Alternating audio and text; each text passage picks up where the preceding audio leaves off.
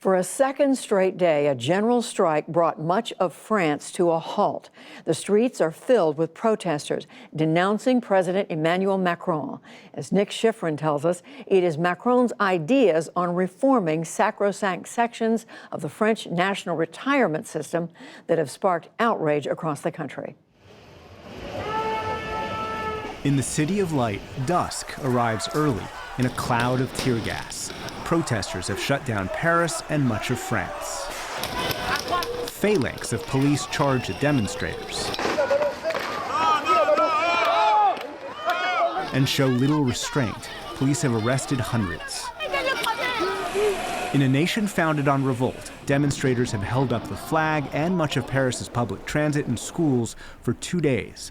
Hundreds of thousands of protesters from all walks of life are united by opposition to proposed pension reform. Retirees are here, youth are here. This shows that we're all affected by this bad proposal, and we're all here to say that we don't want it. I demonstrate for the next generation. I doubt that younger people will have a pension like we currently have.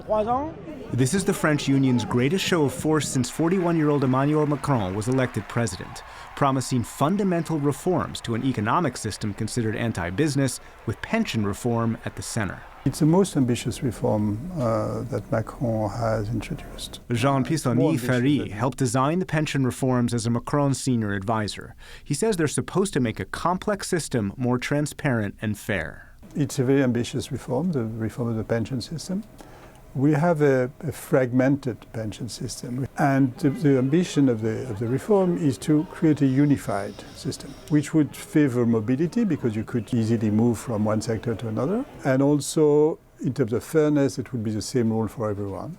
France has one of the world's most protective pension systems. France's average retirement age is 62, and the country spends 14% of its GDP on pensions. The average for leading industrialized countries is 8%. These reforms don't actually change those numbers, but protesters fear the reforms could lower pensions and increase the retirement age, tapping into larger economic concerns. Reforming the pensions was the last straw, since in the past few years we've been losing everything, whether it be unemployment benefits or job cuts in the public sector. And as that fear increases, Macron's gotten less popular. His critics call him imperious, and he misread his 2017 election landslide, says Pisani-Ferry, who is now at the Peterson Institute in Washington, D.C. So there was never a real debate on issues. And I think Macron misinterpreted that by saying that he had got a mandate to do what he had proposed. And that put him very much out of touch with the perception of inequality and the anger and what we see in many of our societies, that people feel they're left behind. For more than a year, Yellow Vest protesters have demonstrated the high cost of living and rising fuel costs. They carried the cross for lower taxes and wage increases on weekends to not lose work days. Today's protesters are mostly unionized employees unafraid to spend work days on the streets, and that means they threaten Macron's entire reform agenda. If he has to capitulate, this means the ability to do anything significant until the end of the term will be destroyed. Let's be serious. In Europe, Macron has become an outspoken voice, standing up to President Trump and calling for fundamental reforms to NATO and European defense.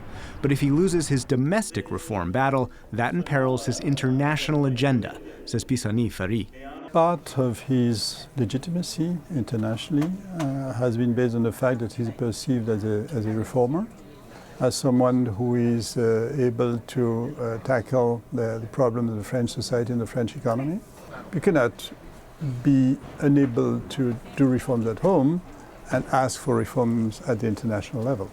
Today, the majority of France supports the general strike. Macron's fundamental reforms are being fundamentally challenged, and the protesters vow to keep going until the pension reforms are abandoned. For the PBS NewsHour, I'm Nick Schifrin.